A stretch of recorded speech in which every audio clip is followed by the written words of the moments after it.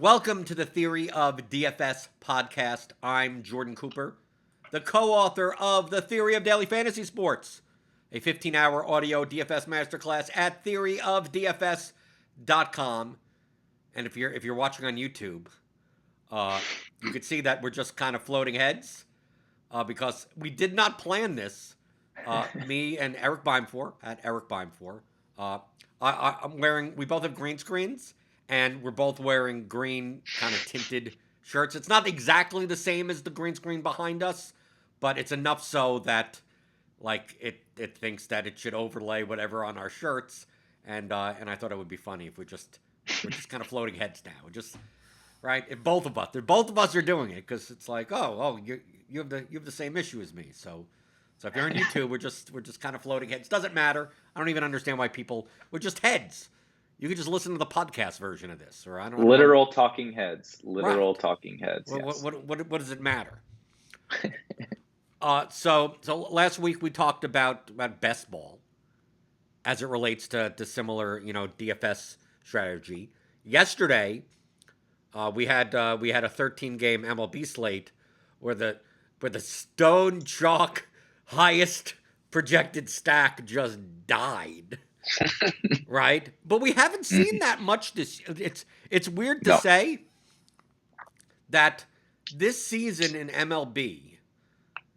Have you? I mean, there's nothing. There's no analysis to get out of this. I don't think there's. I think it's short term. Kind of like just cherry picking sample size. People do that. Oh, the first month of the season, the chalk hits. That means just keep on playing chalk type of thing. I'm not saying that, but to me, it feels, and I'm using the term feels because there's no data to go behind it, that uh the hitters, from a hitter's perspective, uh the better projected, at least like towards the top versus towards the bottom, have a much higher success rate. Like we're not seeing that many slates where the Mariners put up 12 runs and they're the winning stack. Like maybe one off two people, but it's going to be like the Dodgers or the Astros or the Red Sox or the Blue Jays, like teams that are like their bare basic talent level is so much higher than teams like the Pirates and the Tigers and the Mariners. And when we have these large slates, a lot of times, what I've been doing this season, I mean, you talked about it before with the vomit stacks, like they're unnecessary this season. It's almost like I want to pay for the diamond stacks now. That, like, if the Padres are chalk and cores, it's like, well, just play the Blue Jays, or just play the Astros, but not necessarily. Well, Glasnow's popular, play the White Sox against him. Like Right. like the leverage plays, those leverage stacks, I found are just not as they're theoretically they should be more valuable because you get more relative value because the pitcher is owned, so you pass more lineups. Just seems to me that it seems and feels to me that it's just not as successful this season. And I was going to ask you, do you feel the same way? And does it matter? Is it just like it's been 2.5 months but I don't know. I mean, we've been playing MLB DFS for years. Right. Is this just a blip? Yes and no. I get, not to be a total cop out, but I think there are some small reasons as to why, not necessarily why like the chalk is hitting at a higher rate, but why some of the levers we might have pulled, like you said, like specific direct leverage stacks, right? Like stacking against Glass now, or stacking against just generally chalky pitchers, or on the opposite side, playing a pitcher against a chalky stack. In general, those things, like you said, they have probably even more relative value now than before, given the ownerships that we're seeing on the most popular plays. But I think it's a couple things, like with the pricing as it stands currently. When you start to factor in win probability, right? Yes, you're getting the relative value from that direct leverage, but the win probability, and the win equity of the Mariners against the chalky pitcher or the Marlins against the chalky pitcher or whatever is still really low. And you can get so many other high probability stacks as pivots off of the chalk, as opposed to when the pricing is tighter, right? Like right now, there's what you probably say, there's maybe like one or two teams a slate, if that, where you're like, Jesus, how the hell you can't even fit these guys. Like you can probably make just about every stack work if you really, really want to. So you end up, it's not like the Marlins are all 2K and 3K and all these other good offenses are 4K, 5K, 6K guys. It's all close enough that like, okay, maybe you have to downgrade one pitcher, right? Or play the 2K catcher, right? Which is what the field does all the time. You play the downgrades you have to make in order to get like significantly higher probability stacks are really not very significant right now, given the pricing structure that we're playing within on both sites, really, but specifically on DraftKings, because I think it's a little more drastic. So like, I in terms of the leverage stuff, I think it's somewhat explainable, largely due to pricing, but maybe I'm stubborn. maybe we're both stubborn, but I don't really see the chalk hitting a little bit more frequently as much anything other than variance. I mean, I do think that in general, the DFS community is better at finding the best spots. And I guess, say that MLB, like Major League Baseball, not DFS, Major League Baseball is like very barbell structured right now, right? It's kind of like the NBA. Like the Tigers suck. They know they suck. They're trying to suck. The Orioles suck. They know, same thing. Marlins are, I guess, getting a little bit better, but you have like X amount of teams at the bottom that are legitimately trying to lose. They're the Oklahoma City Thunder. And then you have, whoever at the top, and there's unlimited spending, right? The Dodgers are spending hundreds of millions of dollars and they have a team of all-stars. And then you have the Tigers, who are literally trying to spend as little money as possible and trying to lose. So like that just naturally creates a little bit of this kind of uneven distribution of talent, which in turn creates like, okay, when this team of Vlad Guerrero and Bo Bichette and Semien, and I mean, they don't even have George Springer. When George Springer comes back and all these superstars are in the best spot of the slate, versus there's 8 teams that are not even trying to win today, it does create a little bit more of that. But ultimately, I don't think that means that, them hitting or them winning slates like we saw, not yesterday, but Sunday. I don't know if you played Sunday. Yeah, Sunday. I didn't play Sunday, but I know that like basically the chalk, like the two highest owned stacks were the Blue Jays and the Astros, nuts. And they both put up a combined total of 30 runs. Yes, and the Blue Jays hit 7 home runs. Almost every starter hit a home run for the Blue Jays. They had multiple guys score like 40 fantasy points. And yeah, like you said, I mean, Michael Brantley scored like 40 DraftKings points, and it was like all singles. So that tells you about, when Michael, I think I can hit the ball about as hard as Michael Brantley does. Like he's a good hitter, but like he just doesn't hit home runs. So like he has to go 5 for 5 to score 40. And he did on Sunday. But that we are definitely better at identifying those best spots. And I think that, so maybe there is a little bit to it in that, combined with this kind of nuance of what Major League Baseball is today.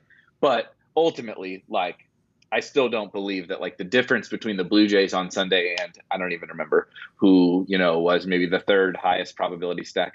I really don't think it's much of a big deal. And I mean, like you said, we definitely don't have a big enough sample size to make a definitive statement on it. But then you see slates like yesterday where like, I didn't play the Padres, but like I certainly didn't feel very comfortable going into the Padres game. Like, oh God, nobody's done anything really, and the Padres are about to start. But then no one did anything. I mean, like yesterday, 130 or something was winning, some GPPs. Well, I mean, the Reds did fine. The Tigers did okay, but with so much ownership wrapped up in a lot of like low points, like that's. But of course, that's the slate where I decide to say that the Padres are still underowned. Right? That's the slate where I go. Right. I think that the projection difference between the Padres and the next teams were like 16 points. So it's like I almost can't make a lineup that doesn't. Now it doesn't mean that I have Padres in every lineup, but now I'm trying to play Padres plus Phillies, Padres Mm. plus Tampa. I played the Rays against Lynn. I got 3 home runs out of that. Like, I'm And trying that to was do all your that, but the points. problem Yeah. is the Padres didn't do anything. So it's like now I'm sitting there with okay, Royals. I hope the Royals plus the Reds do well enough, and Dozier leaves like 17 men on base, and Hmm. that doesn't work out.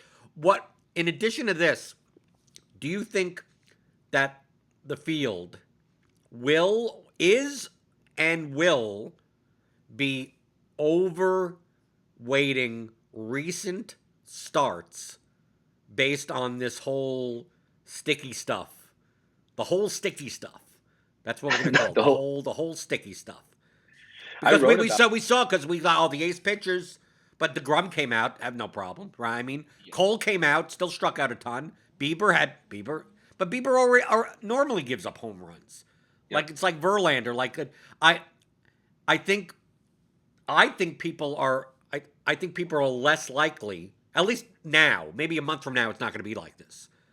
But I knew, like this past week, that these aces are going to get slightly less ownership because the big talking point in baseball is spin. Oh, the spin rates are down, and Hmm. then Bauer gets kind of blown up. Still has 7 strikeouts, so it's Burns.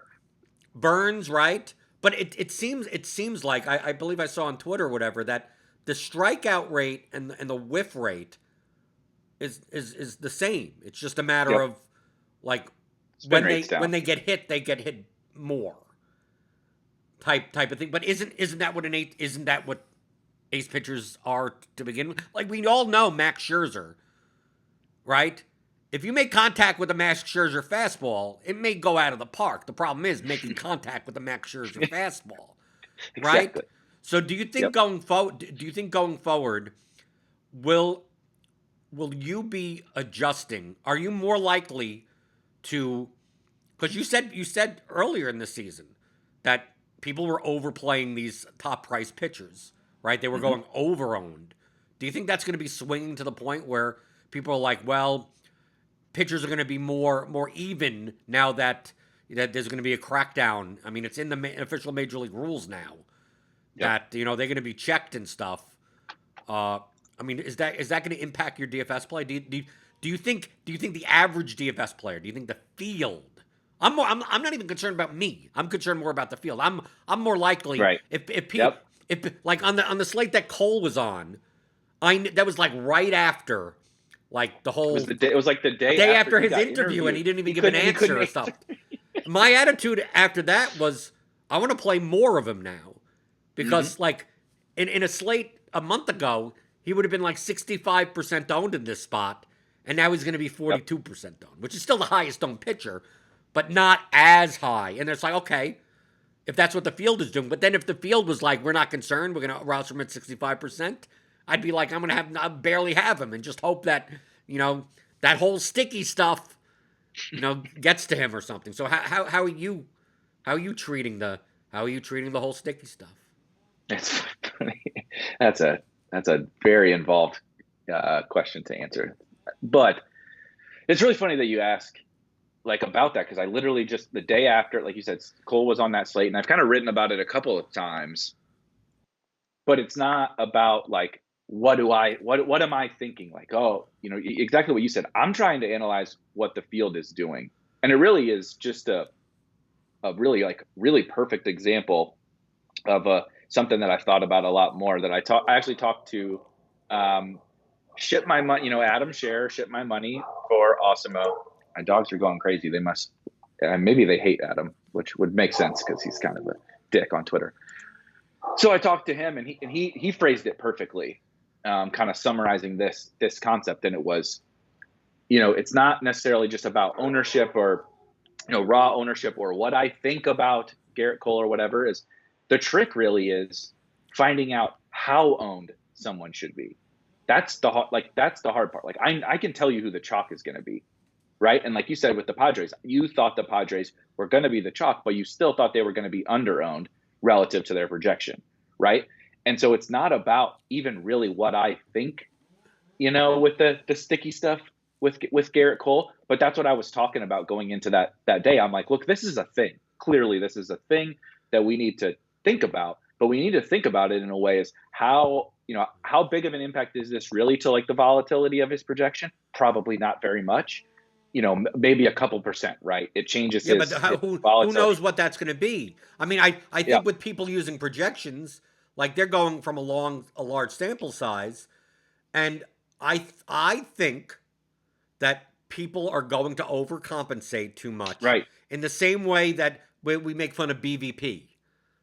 Yep. Like that the BVP thing is the most frustrating because BVP, batter versus pitcher, like the exact matchup of a batter versus pitcher, is real, Yes. is absolutely real. But we don't have sample sizes large enough to know when it is for certain batters and pitchers and when it's not. And then when you do have a sample size of even 150 at bats, which is a lot of at bats for a batter and a pitcher, that some of those at bats are from 7 or 8 years ago when At there was a least. different pitcher and a different. I mean, that it's a different person. Lucas Yep. Giolito and Miggy Cabrera, two different people, right? 5 years ago, right? I mean, so what does it matter what happened back then? But if there was, you'd be able to. You don't know. Oh, he's 3 for 26 against this guy. That could be because that could be.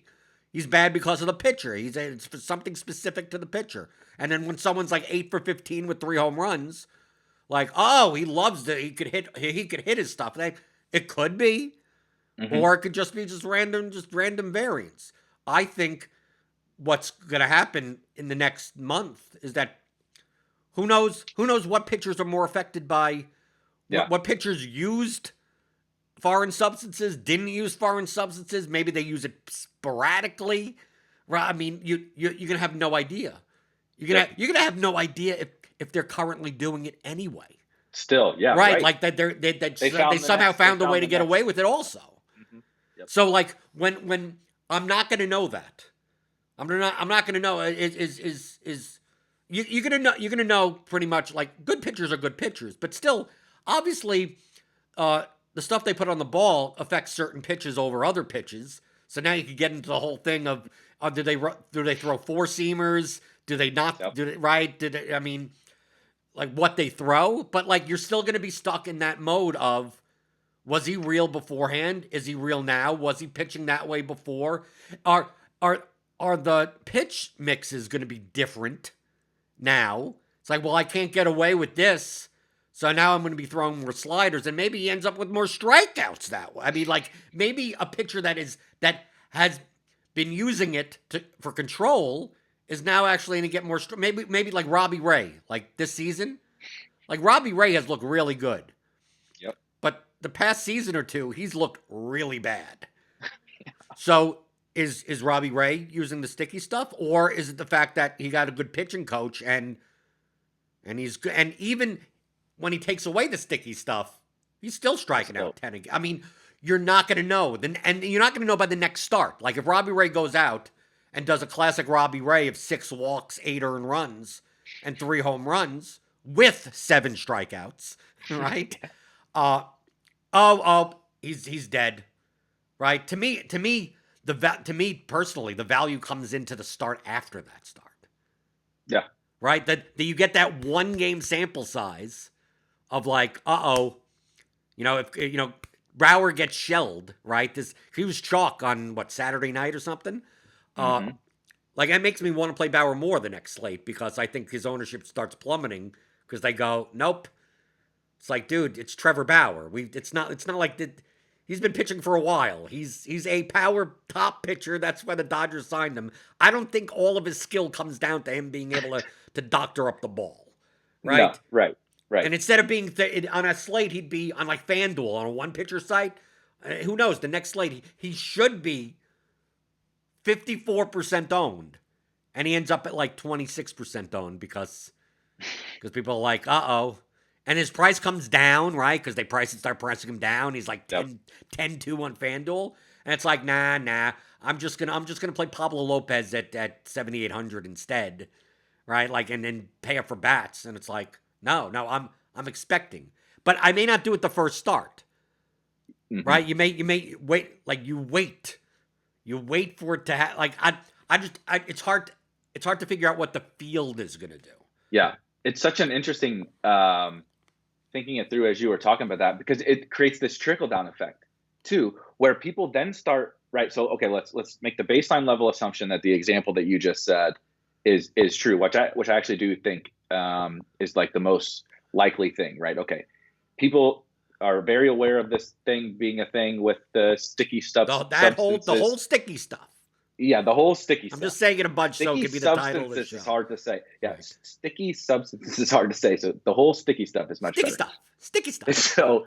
So everybody's aware of this, and then you just so happen, right? This is why this is 100% a simulation that we're living in, because every little thing like this, it's like that news comes out, guy gets blown up the next day, right? Bauer, like it's like you can't predict. Like there's only so many, awfully convenient things happening. So anyway, this happens, right? I agree with you. I fully expect, that's my guess, is that you see, ownership go down on, like, say, Trevor Bauer. Well, the really funny thing is, to your point, we don't know shit about who's using what, who has been doing what, who's now using something else, who was impacted, who it wasn't impacted. So like these guys that are the aces, that's where we've like branded this thing around, right? The aces in certain individual names.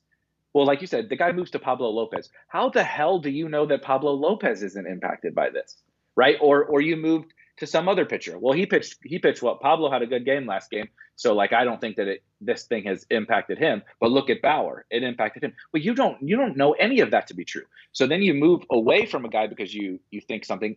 Bauer could actually be the one that's not impacted, and Pablo could be the one that is impacted. So like my whole point is basically that, since we don't know, given the uncertainty, you do have to assign like some sort of like, how owned should this person be when you take into account the fact that there's this big unknown thing, right? Because like it's never 0 or 100, right? Because we just don't know. But given everything that we know, like what should Trevor Bauer be on? Should we knock him down a couple percent? Should we knock him down? Whatever, And I tend to be more on the, and everybody's opinion on this is probably a little bit different. But it was going back to the example before the sticky stuff was like DeGrom and the aces, like you brought up, that I mentioned, and I still believe this, like most of the aces are being way overowned. But like that wasn't true for DeGrom. DeGrom wasn't overowned, but people were treating Glasnow like DeGrom. People were treating Bieber like DeGrom. People were frankly like you mentioned Scherzer. I don't think Scherzer is unbelievable, but a lot of the times he shouldn't be treated like DeGrom because of what you said. Truthfully, I think it's DeGrom and then there's a drop. Yeah, I think DeGrom is yeah, you could put some of these, sure. I mean, we play Scherzer like he's an ace, but like when if DeGrom's on the mound and he's 12,500, like I just feel like I could just lock in 25 points and don't even have to, like 25 is his floor. It doesn't, I don't care if he's going up against, dude, if Jacob DeGrom is 10-8 in cores, I'll probably still. I mean, like to me. Yep. I mean, if you watch him pitch, he really should be the NL MVP. That's correct. So far, I watch. So like, I do watch a fair amount, but it depends on if I played him or if I didn't play him with DeGrom. But it's like if you didn't play him and you're watching, it's the most miserable experience of all time. The guys are lost. So he played the Padres, one of the best offenses in baseball, and they're back to fully healthy.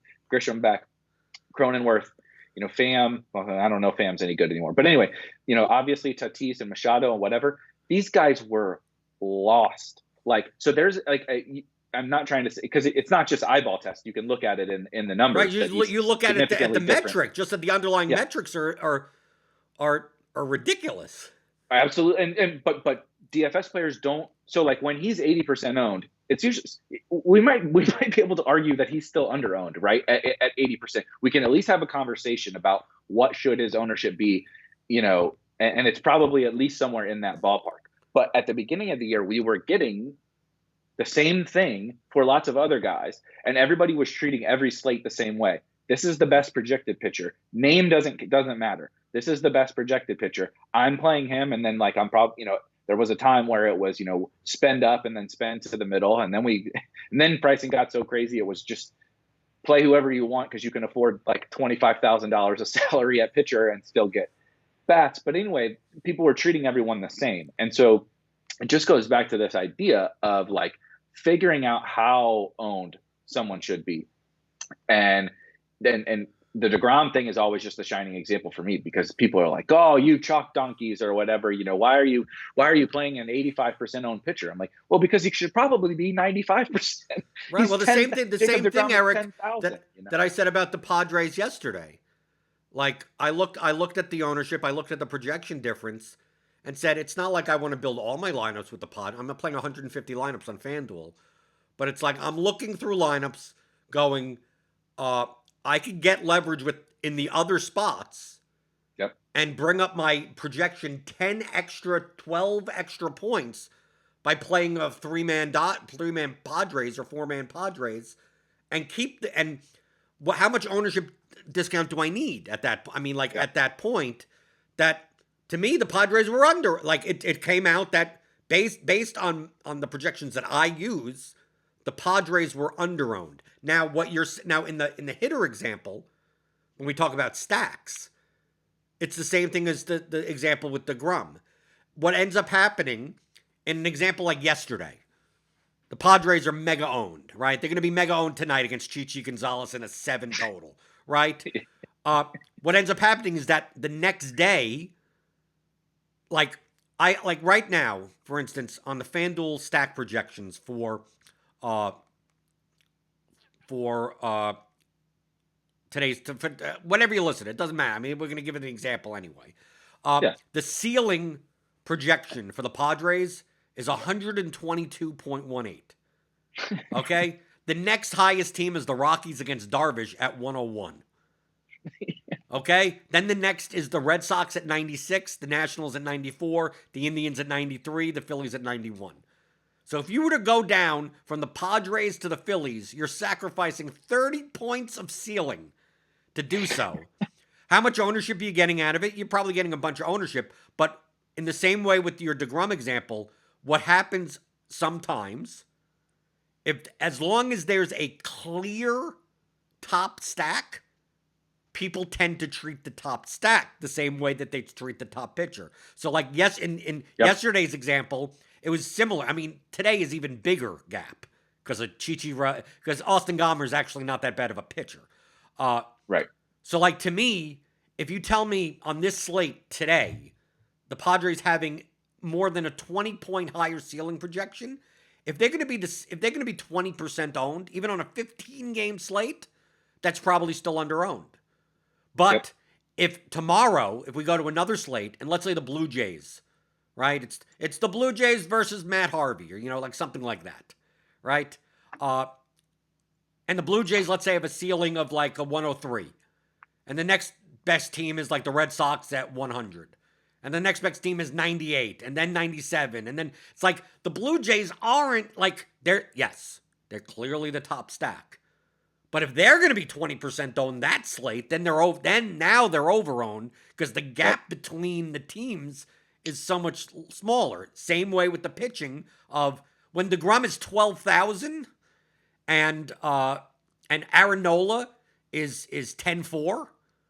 Like, yeah, Aaron Nola's a good pitcher, but Aaron Nola is nowhere close to $1,600 in salary. DeGrom should be 14.8 at that point then. Right. Like, that's how far ahead DeGrom is of other pitchers. And then, but what'll end up happening is that the next slate, it'll be, we'll get Lance Lynn, right? Yep. At like, that's the same name I was going to use. Right. Like, Lance Lynn will be the highest priced pitcher at 10.6. And someone like Pablo Lopez will be like 8,600. And he'll be like Pablo Lopez, like, shouldn't be 2,100. Like, Lance Lynn is not that. Yes, he's the best pitcher on the slate. Yes, and he's the best matchup or whatever. But, like, you're looking. I mean, I take a look at today's slate. I mean, today's slate is not very good pitching wise. We have Darvish against Colorado in Coors. And then we have a bunch of, like, Julio Urias, right? I take a look at the pitching projections. I'm looking at FanDuel. It's a one pitcher site. The top projected pitcher is Mike Minor, right? Okay. Yeah. So, but what'll end up happening is that they'll look and they'll go, well, how could I stomach playing any of these other pitchers? No, you don't want to. It ends up one of those slates where you don't want to play anyone, but you're like Mike Minor against the Tigers, just lock him in, and it's like, well, you shouldn't be. He'll end up on FanDuel being 30% owned for no reason, because like, what's the difference? I mean, you could play Heaney, you could play Castillo, you could play Corbin. Yes, you feel better with Mike Minor, but all these other guys have ceilings. Play Erod against Atlanta, and be like, how do you play Erod? He's 6,400. Against Atlanta. I mean, is he that much of a worse play than playing Taijuan Walker against Chicago? I mean, like there's no one here. Or he play Ryu against the Yankees at 8,500. Oh, I don't like the matchup. So, I mean, so is there that big of a difference between these pitchers? And I think what you're saying happens on both sides of the ball, on hitters. Yep. And it all comes down to I like the way that you put it with how much should they be owned? It's something I call efficient ownership. Like, what's the efficiency of the ownership? And what people have asked this before. How do you calculate that? And to me, it's very hard to. Yeah. Like I would argue it's almost impossible. It's almost, but if you were to be able to calculate it accurately, that would be the most important numbers that I need. Correct. That's essentially what I'm doing is looking at, okay, remember, it's the whole lineup. I'm looking at all the players and everything together and go, I want to play more players that are inefficiently owned than under-owned than over-owned. Yep. But even though they're over-owned doesn't mean they're not high probability plays. You could still play them, especially when the field sizes of the contests go down, where it's like, okay, just take the highest projection and you're done. You have enough leverage. But to figure out the exact number, but you know me, Eric, I don't do things. My whole attitude is conceptual. I value not being precise, but just being directionally accurate. That I could take a look on DraftKings right now on RotoGrinders ownership. We have like the San Diego at like 29 for Tatis, 29 for Machado, 27 for Grissom at 4K. Pham at 3,800, 24%, 23%. At these prices, based on the gap between the two, it's quite possible they're under-owned, but I don't think they're under-owned by that much. Maybe they should be 30%. Like it's close to efficient, but then I take a look and I go by salary or something, and Vlad Guerrero against Jordan Montgomery doesn't project anywhere near as well, and he's going to be 8% owned. Like I could automatically tell that that's because he's expensive, but he's under-owned. Or Acuna against Rodriguez at 4,500, 19%. I go, yeah, maybe you should be 15 or something on FanDuel. And then I look at like Jose Ramirez versus Harvey, 17% owned. I go, at third base, I mean, because Machado's going to get some ownership. Maybe Ramirez is under-owned, right? I took it Bo Bichette against Montgomery, 5% owned. Like, to me, that's under-owned. Like, the Blue Jays against Jordan Montgomery. Oh, Jordan Montgomery's a decent... Okay, whatever. But is he that much different than the Pod? Should the Padres be 6 times as owned? Right? Should the Braves... Should the Braves be double-digit owned against Eduardo Rodriguez? I don't think so. No. Right? But I say this, and you agree with me, but did we do a formula?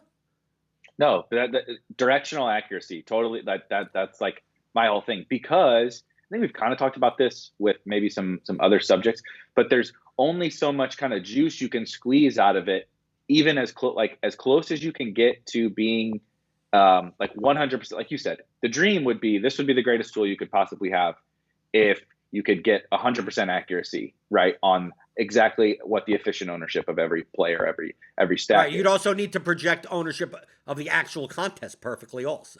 Yes, exactly. So I think anyone that has has a brain really can probably understand that this is not really a feasible thing to achieve.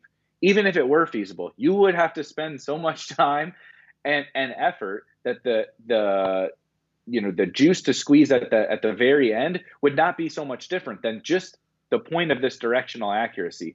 Everything you're getting from this directional accuracy is like getting you 95% of the way there. And so to spend like what you would have to do to even see if it's possible to reach finding efficient ownership would be like you'd have to move such crazy mountains that it's like, are you going to do that for like a tiny little thing that I don't even, a tiny little boost to what I'm already getting from this? It's a basically eyeball test, which is really, quite frankly, all that I do. You just kind of got to sit back and soak in the slate, right? And that's like the first thing you do every single morning on Road Grind is the first thing I do. You just kind of soak in, here's what the slate is about, right? And it doesn't have really anything to do with any of the names outside of maybe a pitcher or two, because they kind of drive so much of the slate context. But so this, you just kind of identified, like you said, okay, like let's look. Well, okay, Padres against Chichi makes sense. Okay, here's where they are. Here's what about. Okay, looks about right. Then, like you said, you look down and you're like, I like to sort by, go to lineup HQ and just sort by a couple of the first like few columns, basically. Whether it's like player pricing, and I just like to look. Okay, here's the most expensive hitters or whatever, and then look at their projection and their ownership. And ceiling and some of the other factors. And you're like, okay, here's all the most expensive guys.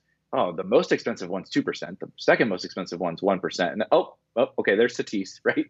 Okay, 30 or whatever. And you just kind of, okay, that makes sense. Move over to like fantasy points. Let me see who the highest raw projections are, right? And like you said yesterday, almost sometimes that just tells you everything you need to know about the slate. Where yesterday it's like, Padre. Today it's like, oh, yep, all the Padres are up at the top of the raw points projection. And then like I'll sort by projected ownership too, and just kind of like soak in all of that stuff, as well as like looking at the optimals. And you can really quickly just get enough information from like, it took me longer to explain this than it takes me to do it. No, I was going to show like on this current slate, like what I do, my overview of the slate, obviously the projections will change when starting lineups come out, is that I sort by the stack, because the bat has a stacks page. Yep. That it computes, the 4-man stacks on FanDuel. I'm just using FanDuel for example. And the average, the points of four players, like the best, 4 players that it could make to the average of all of them. And it gives you like, oh, bless you. Gives you like, it's that sticky stuff, right? Like point per dollar value versus raw point ceiling, and GPP. I primarily care about ceiling, and I also know that the better point per dollar value that they are, the more owned they're going to be because they could fit in more with like high priced aces. So I know that. Okay, so I know that on the bat stacks page, the higher ceiling teams that don't show up as like one of the top stacks point per dollar are going to be lower owned because they're not good point per dollar values. So like that, typically I'm like, I look on this slate today, for instance, as an example. Like we have the Padres at 122, the Reds are at 91. They have a poor point per dollar value, so they barely come up. And you're probably not going to be able to play the Reds and the Padres together at their prices. So I know that the ownership is most likely going to be low. And then obviously if I go to the ownership column, I look at, we have on Roto Grinders a top stacks and stack values page, right? So I go and I look at that only because it'll give me the average ownership. I don't care about the smash percentage. I just care about the average ownership of everything. That obviously depends on which players you play in the stack.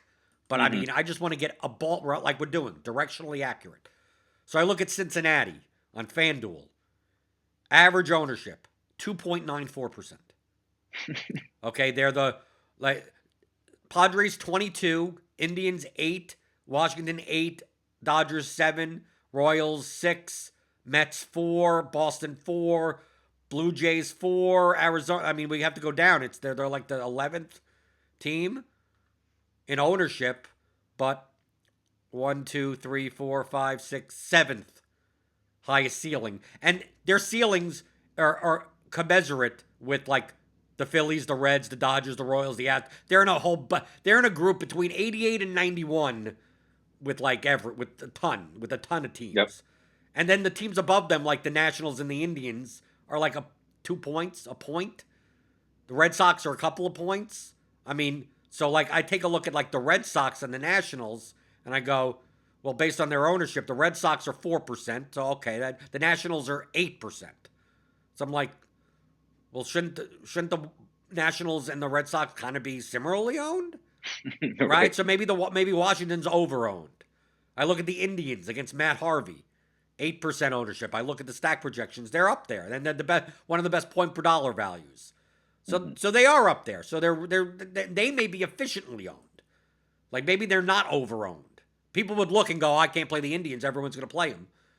Everyone's going to play Padres plus Indians. It's like, well, maybe they're properly owned. But then you take a look at some other teams and you go, and on the stack projection page, like I mentioned the Blue Jays, right? They're right in the middle projection wise, right, against Jordan Montgomery. And then I look on the stack, and they're going to be like 4% owned. So they may be slightly overowned, Yeah. right? Then based on the projected ownership. Now that's based on an average ownership. People get confused because they're like, oh, they're going to be 4% owned. In average, we see a lot of times that like you could play the Padres today, for instance. I'm saying today. People listen to it whenever, but use this as an example. So like the Padres, for instance, we're going to be the highest owned team by far, no problem, right? No nothing, right? The average ownership on that stacks page for FanDuel is 22.45%. But if you look at the starting lineup, Pham 24, Grissom 27, Machado 29, Tatis 29, Myers 23, Hosmer 9, Cronenworth 4, Caratini 2. So yes, if you play Pham, Grissom, Machado, Tatis, yeah, that's a 25% owned stack. You play let's say you play Hosmer and Cronenworth, Machado, Tatis, and you leave out the outfielders. That's a much lower owned. That's actually a lower. You're playing you're not playing the best, all four of the best hitters in the lineup, but you're still playing the chalk team and you're still playing high projected players. So people get into this notion that like, well, I can't play the Braves today. It's like who says you can't? Right? And well, I think can't that's because they want to play Acuna, Freeman, Albies, and Riley or something like that. And it's like, well, why don't you just play Contreras in your catcher spot? Yeah, I do. It did not work. I think they got shut out the last time I played the Braves, but it was a similar thing. It's like, okay, with certain teams, it's tougher. I think I've always found the Blue Jays to be one that, like, not that I don't care what they're owned, because that's definitely not the case. Everyone has power in their lineup, so I don't mind Biggio or Gurriel or guys at the bottom of the order. I play Biggio every time I play the Blue. I played him. I actually played the Blue Jays against Martin Perez, and I did this. So you play the two. I played Vlad and I played Bichette. Those happen to be the two guys that I chose. That I'm definitely not fading Vlad. Vlad's like, if you fade Vlad in your Blue Jay stacks, like, I'm as galaxy brained as anybody, but like, did you fade Mike Trout in your Angel stacks? Like, let's take the MVP probably should be included. So, I played Vlad and I played Bichette, but then like Biggio is hitting 8th. And the other thing is about like these particular circumstances, like these are good players. Like you said, it's not even just like Biggio was like one of the better prospects in baseball. Like he's a legitimately really good player. I probably think Lourdes Gurriel is better than he even is, but like you said, clearly has power. Some combination of Grichuk and Teoscar. I think typically everybody gravitates towards Teoscar, because he hits 4th as opposed to 5th or 6th, which is kind of funny. But like sometimes Danny Jansen, or it was Riley Adams the other day, is the 2K chalk catcher. But then sometimes Reese McGuire's in the lineup for 2,400 and he's 1%. And it's like, it doesn't really make a whole lot of sense to me sometimes. So I have done this a lot more frequently than like I would have in the past. And it all goes back to this: how owned should they be? And it's like, God, you said it perfectly. Like, I'll go to a team, like I'll go to the Padres today and do exactly like what you just did. And it's like, okay, I know that they're going to be chalk, but like, what is really the difference between playing Jake Cronenworth and playing Tommy Pham? Nothing real, Nothing. like almost Eric Hosmer. I know Eric Hosmer is probably going to hit 3 groundouts, but what's really the difference ultimately between playing Eric Hosmer and playing Will Myers? Nothing. And so you can a lot of the times find those situations where it's like, yes, okay, I know you're playing Tatis, he's the highest owned player of the slate, and I know Machado is certainly not contrarian, but like you can tag on the catcher, right? Throw Caratini in there, and then play the 2 low owned guys, play the 2% guys that are like, there should never be those 2% guys in these stacks, but they're always, almost always are, right? There's very rare circumstances, I think, where like the Angels actually are one of them. It's like, I don't know how you stack the Angels without Trout. No, like, who are you playing if you're not playing Trout and Ohtani? Like, it gets really ugly. Jose Iglesias and David Fletcher and stuff. It gets really bad, but there's a lot of these other good teams that you can do this. So kind of almost going all the way back to our original point about like, do we think like the chalk continues to, hit? I almost feel like my play, I said no, but my play might kind of say otherwise, because I am more willing to play some of these higher owned teams because of multiple of the factors we talked about here. Maybe they're not efficiently owned. Maybe they are actually under owned as the chalk, or like some of them are efficiently owned, some of them are over owned, and some of them are under owned, right? Like I would probably argue Tatis at 29 or 30% ownership is not under owned, or is not over owned. I don't know. Maybe he's efficient, maybe he's whatever, but like, what the hell should one of the best hitters in baseball in the best matchup in Coors Field be? Like, probably pretty popular. When especially with the pricing where you could afford him in your lineup. Yeah, where you're not giving up anything. Right, he's 6,400 on DraftKings and 5,000 on FanDuel, yet you could still build perfectly good lineups with him. You could probably stack. That's the other crazy thing is I will look, and maybe I'll get to that in a second. Like you said, that's what he should be owned, but he has teammates in this just as advantageous spot that allow you to play that team with tons of upside. You're not giving up upside by playing Jake Cronenworth and Eric Hosmer. You're not giving up upside by playing Kevin Biggio and Lourdes Gurriel, right, over Marcus Semien. Like, if anything, it's the same. So anyway, like, there are a lot of those spots that, like, that's not how I used to play, honestly. But I think the game is a bit different. So I am more willing to kind of go after those things. And the other thing that I'll do, you mentioned, like, oh, you can't play the like you wouldn't be able to play the Reds and the Padres together.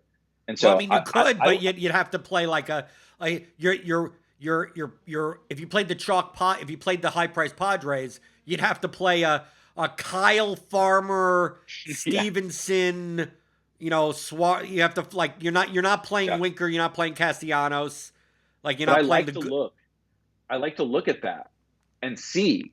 It's like, okay, these are the top 2, right? Go pull up the bat. These are the top 2 raw projections. Is there a way to make it work? Maybe it's like literally stone impossible, because like you said, I'm willing to kind of take it a little too far with playing some of these hitters, but like, yeah, Kyle Farmer and Alex Blandino and Tucker Barnhart and okay, now we're getting a little bit too crazy. But like, can I play Casty? Maybe I will play Kyle Farmer. And no, frankly, Suarez is so bad, I'm not sure that he's any better than Kyle Farmer. But like, they just brought up Aquino, right? Maybe is he 2K?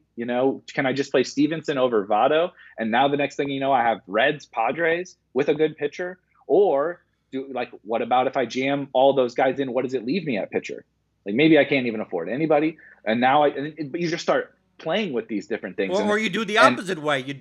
You put in the 4 best Reds, and you go, I'm gonna play Suarez over.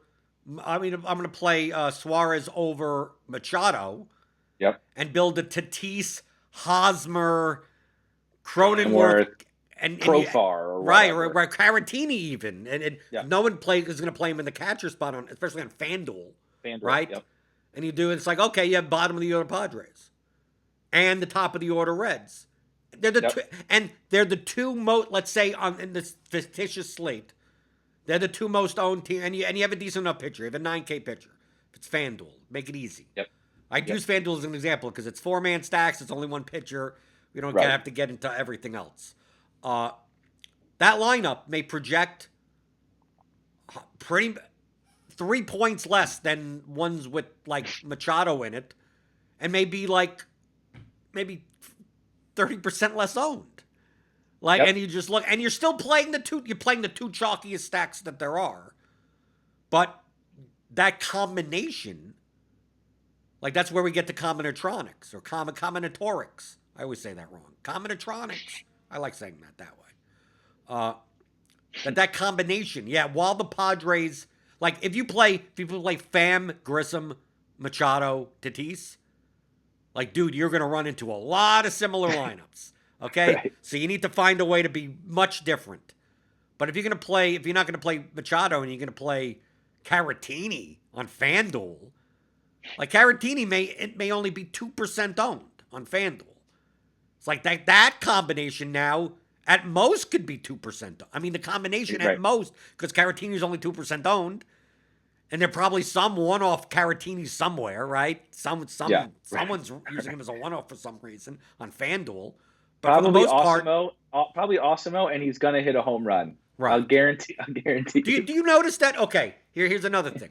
We'll end on this this conversation. Have you noticed that Alex has been utilizing less stacking strategies this season? Yes. Mm-hmm. I'm not acting on it yet, but I'm monitoring it for sure. Yeah, but I don't necessarily think it's necessary. I don't necessarily think. I think it's small sample size syndrome. I think. Yeah. I think especially earlier in the year, because remember in April, I mean it's cold, and it's boring baseball, right? Teams are using multiple pitchers because pitchers aren't being stretched out, which now it ends up we saw in April and May. It's like wow, it's gotten more 3-outcome baseball. Yeah, strikeout, walk, home run, or something like that. So the value, so people's like, oh, we see these lineups that are like less stacked. It's a 4-man. It's like on FanDuel, it'll be 4 and then 4 one-offs. Or you'll see like 3 2-2s on DraftKings or something like that. And people are like, well, if you're just home run hunting now, like why should we be stacking? But it's now June. It's just, I mean, look at the total. The totals are coming up, right? I mean, have you watched the last week of baseball? Right. Every night there's somebody scoring 15. Right. So like, I don't understand. I don't understand if unless you believe that the average offense in baseball is going to go dramatically down, even further than it has been, how could stacking like Jude just pick the right? If you pick the right two teams, you win. I think Alex is playing around with it. Yeah, but that's what I think too. I don't necessarily think it changes much. Plus, as we've said, and you say in your pieces, it's 2021, and I know we take stacking for granted, right? Oh, it's like a 5-man stack on DraftKings, 4-man stack on FanDuel. You do 4-3-1 or 4-4 on FanDuel. You do 5-3, 5X, 5-1-1-1. Shorter slates, maybe you get 4-3-1 or something like that. And it's like, if you just did that every slate, you're fine. And it's like, well, doesn't everyone know that? No, everyone still does not know it. This field, it's on DraftKings where you could download the stuff. So I could look at it. FanDuel, you can't. Right. The field still doesn't stack enough. And I can confirm on FanDuel, even though you can't download it, that it might be worse on. Yes, it's worse. I can tell anecdotally from looking at lineups, it's way worse on FanDuel. It's really bad. And I think we talked about this a little bit before too. Yeah. So on Alex, I think it's mostly just like a really smart player trying to toy around with some. And he's not doing it with all his lineups. It's not like he's going in and putting in 150 like that. Which is honestly what you should do, right? I mean, especially you have so many slates over a baseball season, like seeing what works and what works for you is good. But like the pricing is still the same. We've been talking for months now, but we've been talking for quite a while for the baseball season, and it hasn't really gotten tougher. I guess maybe a smidge tougher at the top end on DraftKings right now. We're seeing them raise those guys just a little bit over. They're over 6K and stuff now. But the issue is that it's still so easy to fit them that it really hasn't changed the dynamics of the game that we're playing. That people, I don't know. I actually don't know what the real true answer is. Some people just don't even believe in stacking. I mean, I'm not going to call anybody out, but I listen to people, on shows and stuff talk about Dean. how, Dean says it, and then like there's other sites and stuff that they're just like, they create pools of players and they just tell people to pick, here's my 3 second baseman. It's like, what are you doing? So, if you analyze just 5 years, a large sample size of contests, and if you run simulations, I mean, it's obvious that from a construction standpoint, you could make 5-man stack lineups that are fucking awful. Correct. Like, so it's not a construction thing. I'm gonna play the bottom of the order Pirates, and 5-man bottom of the order Pirates. I'm gonna play the 11K pitcher that is clearly overpriced, right? So has an 8-point projection and is 11K, right? And then take 3 one-offs that are also way overpriced and overowned. Like, I made a 5-3 line. No, it's a horrible lineup. I mean, because it's remember the 3 levers: projection, leverage, correlation. So like, we're just talking in the span of the correlation lever, right? You're gonna be using it, like, but not at the spite of like, right. Oh, screw projection, screw leverage. Just I'm going to take 5 injured players off the bench. Well, they're all correlated, right? Right? I mean, you don't do that. So, just going by, but if you just ran lineups, simulated it out 5,000, 10,000 times every slate, the win equity of lineups that are like you do it with Slate IQ. That's why when people look at Slate IQ every day, I say, there's only one section you need to look at every day is where the teams are. Yep. Everything else is pretty much going to be about the same for the size of the slate. So yeah, the 4-game slates, you'll see that that 5x is actually negative leverage because now too many people are stacking in an instance where there's only 8 teams to play, and if no one scores more than 4 or 5 runs, it's like you're better off with 2-2-2-1-1 type lineups. But just to hop in. But what I'm sure you're going to get to, or is an additional point to what you're saying is people take that exact methodology, that line of thinking, and they apply it to like all slates. The anti-stacking people, they'll say like, look at this 3-game slate, a 1-1-1. It's like, dude, it's much more likely to win on a 3-game on a 15-game slate. If one team puts up 14 runs, you're fucking dead. and they'll say everybody's stacking. So without downloading that, without actually seeing that, it's not true. No one, not even close to enough. I mean, dude, you could find lineups. I find tons of on DraftKings. You could find tons of 3. It's a 3-man, then a 2-man, and then 3 one-offs. Like you find tons of those lineups, or you find ones in where every contest. In every contest, but especially the large field stuff. And especially the lower stakes large field stuff. And then sometimes you find users that are putting in 75, 100 entries, and it's none of them are stacked. Like none. Like just none. Just like what are you? Just here's my mess of players, and however they fit. And typically those users after a while I don't see anymore. I mean, like, I mean, it's obvious to me until the point where 80% of the field, when it like, because people say, oh, everyone's stacking, it's not even close. It's 2021, it's not even close. Well, because look, you're running into people that are like, I don't even think it's needed. You don't even need to stack. It's like, dude, any DFS player that does the bare basics of statistical analysis could show you otherwise. Yeah. Like, I mean, I said that to Dean like 2 years ago. I think the first show I ever did with Dean, I think I even clipped it on Twitter. Right? And he's like, oh, he said to me, it's like, what are you doing? It's like, well, it's all stacked. So I'm going to stack it. It's like, and he's like, nah, I think I'm just going to pick off the players that I want. And to go one. He's like, that's a good strategy to lose, right? If you want to lose, that's what you do. If you're able to pick out the 10 home runs that you good luck, go Go get a lottery ticket at that point. You can make a lot of money in the prop market if you could effectively Right, pick you'd make 10 guys more that are money. hitting home runs. You'd make more They're money. all 10 to 1 to hit home runs every night, so you might as well just go do that. But I can understand experimenting with other constructions, and different lineups are different. Like there are certain lineups teams maybe play better as a 4-man, as a 3-man. It all depends on the lineup. People want, like you said, with the anti-stacking people. Like they want, like, here's one slate sample size, and that's why all the analysis, especially in NFL, we get it so much in NFL. Oh yeah. NFL is week 1. What was the first place lineup in the Millie Maker? That's what we do next. Like, dude, like, are you serious? Like, I almost feel bad for people. Like, I almost lose respect for people that do that, because it's like, dude, that's like you're breaking like you're looking at look at the top 1% of lineups. Look at the top 0.1%. Look at the top 100 lineups.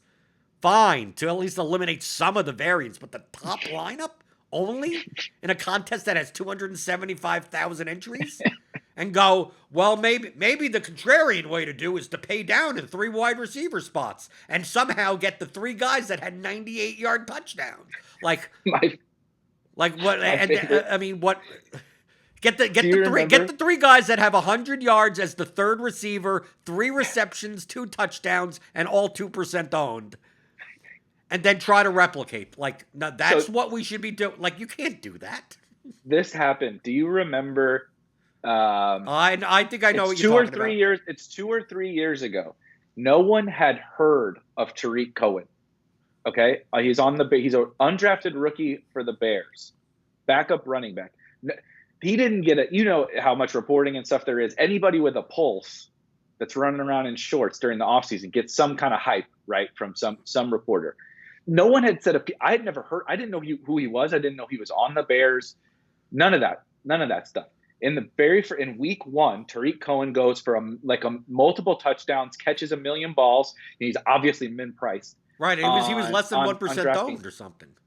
There was in the whole Millie Maker, there was 4 Tariq Cohen teams, and people are analyzing it. And I remember it was when DK was still doing, was doing more content and stuff around this, and they interviewed the guy, and the guy's just like Joe Schmo, the guy who played him is just like Joe Schmo Bears fan who went to practice one day and saw this guy, and it's nobody knew, but people are looking at it. And I remember reading stuff, and it was oh, see, there's so much uncertainty early. You got to take shots on these random off the wall guys like Tariq Cohen. I'm I mean, I guess, but you're totally missing the forest through the trees here.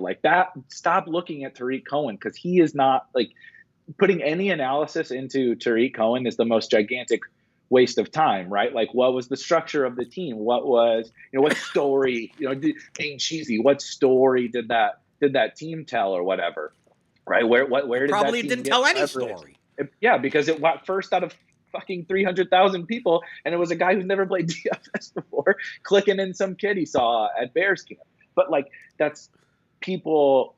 It's a good summary of, I think, people misuse not even the data, because I don't even know that everybody looks at the data, but they misuse kind of what they're seeing and as they're trying to apply it to their play, right?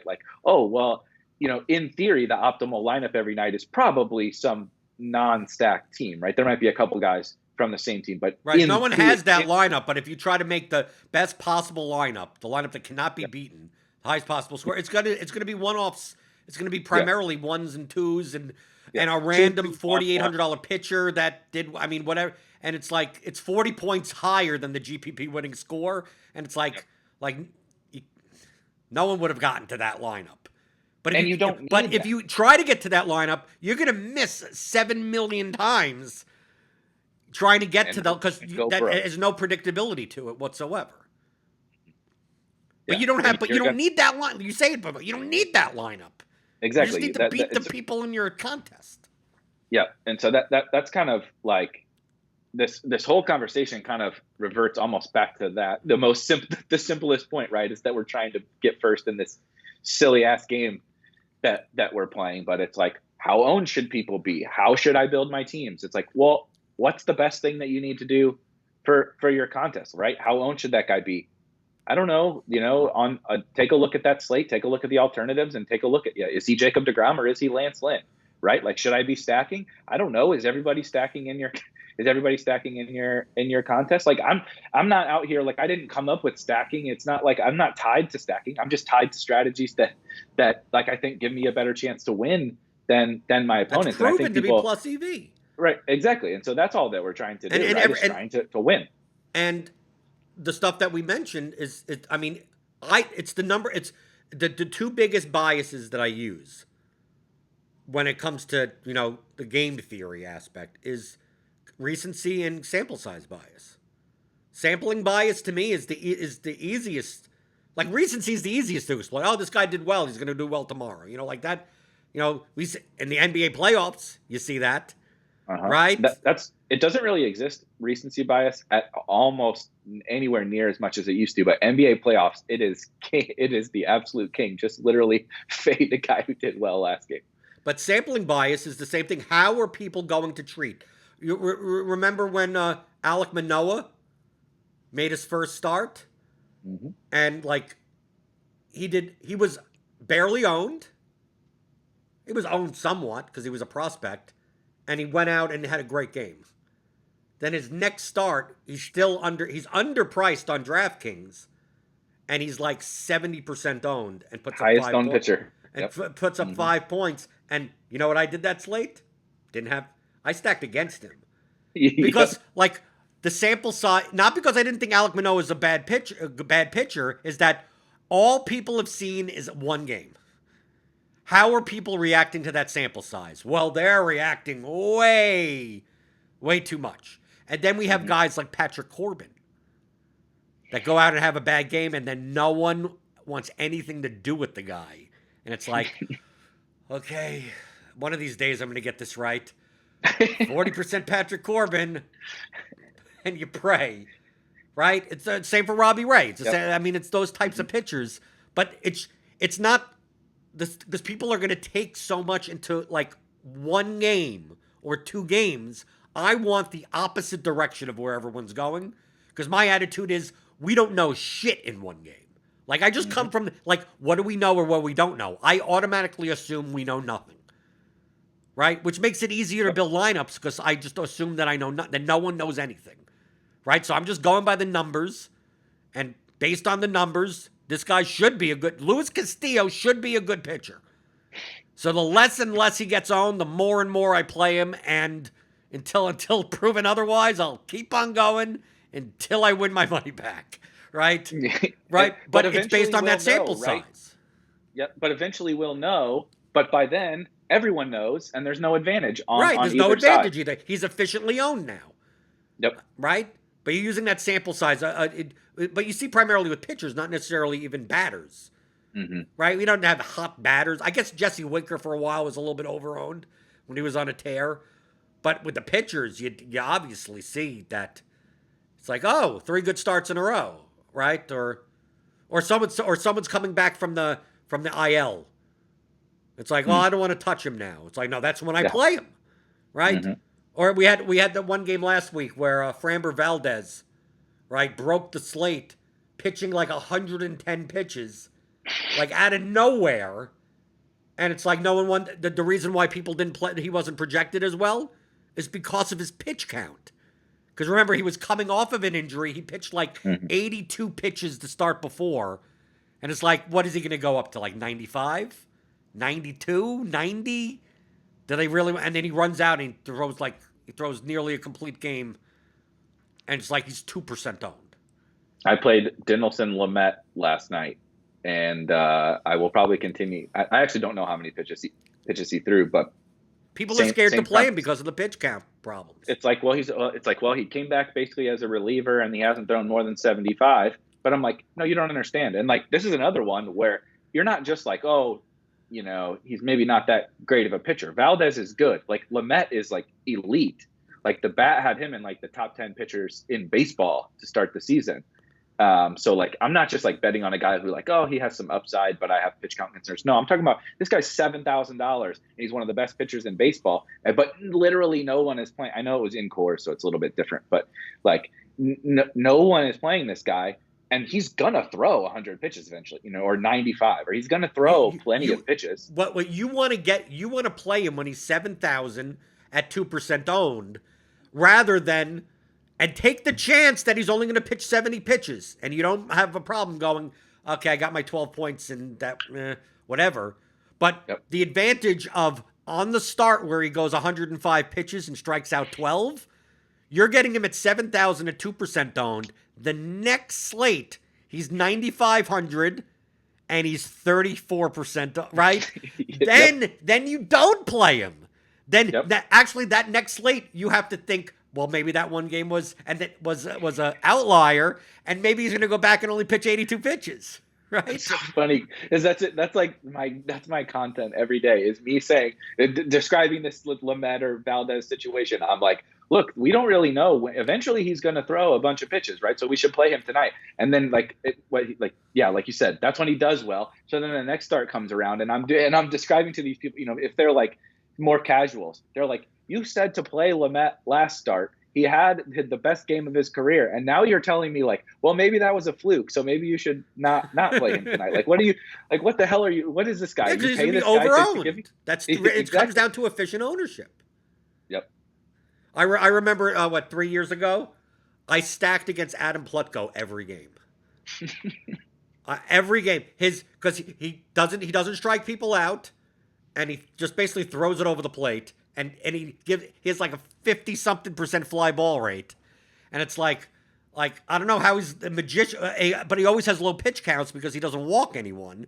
So He's like 7 innings, 4 hits, in 2 runs, and 2 strikeouts. And it's like, how is this? And I look at his underlying metrics. It's like he has an ERA of like 3.20 and a Sierra of 6.5 or something. And I'm like his xFIP is ridiculous. I'm like, dude, this guy's gonna get shelled. Like by some team's gonna hit 6 home runs off this guy, and every 6 days, Eric, just 7 innings, 5 hits, 2. He'll give up 1 home run, but it's like, dude, is this guy ever gonna get shelled? Like, just kept on. Like, I kept on Like, Plutko's on the slate, which I don't care what the team is. Marlins, Pirates, didn't matter. Just stacked them every. And he finally, in his last start in September of that year, he got killed for 9 runs in the first inning. And the funny part is, I wasn't playing. I was on a cruise and I couldn't play DFS. that is like the exact perfect like DFS player scenario. Like, I know I'm right. I'm not gonna stop. Right, I'm not gonna stop. I literally stacked him every start from like May through till September, and then it's like, well, I obviously can't play DFS on the cruise because that's when I went to Hawaii. Yep. Then all I know, I started getting messages from people because I would make fun of this all the time. That I gotta play against, you gotta stack against Plutko. Just I'm on shows I'm doing. Like, I'm just going to go back to the well, and people are tweeting me, like, and I didn't even know. So I go in the MLB app about, Plutko, I hope you're winning money.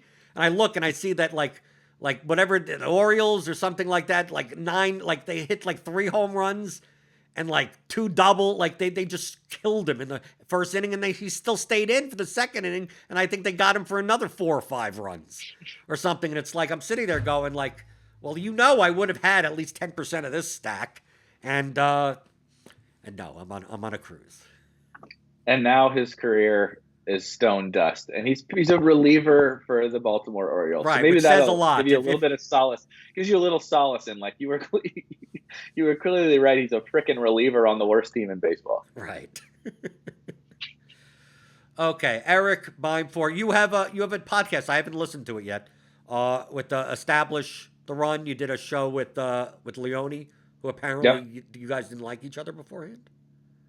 Yeah, I can't remember exactly how long ago it was, but I like to think I'm a lot calmer and nicer now. I still like to joke and get some jabs in here and there. But I've grown up a little bit. So when I was like in my mid-20s or something like that, I think I was a little bit too much of a dick on Twitter, and I think Leone even admits he probably was a little bit too. And we didn't agree on a lot of like fantasy takes, so we didn't particularly get along very well, like on Twitter. And now it's just funny the evolution of Yeah, but analytically, you two. I mean, we all talk about the same things. I think we were very both stubborn on certain things that we might disagreed on. I think it was funny because we, over the years, we learned that we really agree on just about everything. But for whatever reason, like when we first started interacting, the 2% of things that you don't agree with, you just yell at, you become a dick over.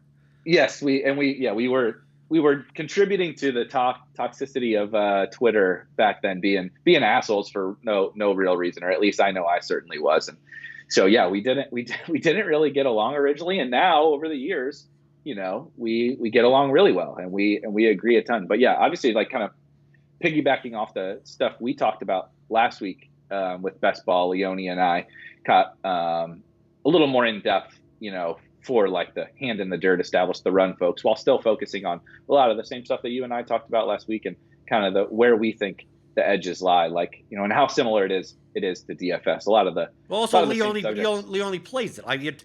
I was talking and here's my theories. Not playing best ball. I hope I'm close. And you're like, you are close. It's like just a matter of I don't want to. It doesn't excite me. Yeah. You know what'll end up happening, Eric? I'll end up doing some best ball drafts in August. I see it happening. It is a good primer. Not that you like need a primer for week 1 NFL, but I do think it helps a little bit, just kind of contextualize for DFS players. Like, at the end of the day, I know you're, just kind of, these are just my chess pieces. These are names. I don't really care about who they are, but you can still treat them that way while understanding a little bit. Like, I just think like having an understanding of how the players fit together, like the archetypes of the players and like the fragility of the players and all that kind of stuff can kind of help heading into a DFS season, as opposed to coming in and just seeing like, so I should do what I normally do and not know who's on what team until the Thursday before the first week 1 slate in the DFS. Right. So you don't run into Frank Gore again from last year. Granted, it's a very, very different situation, but just so you don't have to get bad lucked into this guy sucks and this team sucks and this whatever with a running back. But no, like I really do think for any listeners that are like, maybe NFL is their favorite sport or whatever, like even just doing a few, they have $3 drafts on DraftKings. They have all the way down to $1 for just like 12-man leagues, which I don't really play, but there's going to be a lot more coming down, closer to the season. And I really do think it's like both a really plus EV thing to do, best ball drafts in general, but it's also like a really good primer for NFL season. Well, you can check out the Establish the Run podcast with Eric and Michael Leone.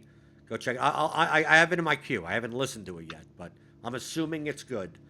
And then follow Eric at Erik Beimfohr, me at Blender HD, and get the Theory of Daily Fantasy Sports 15-hour audio DFS Masterclass at theoryofdfs.com.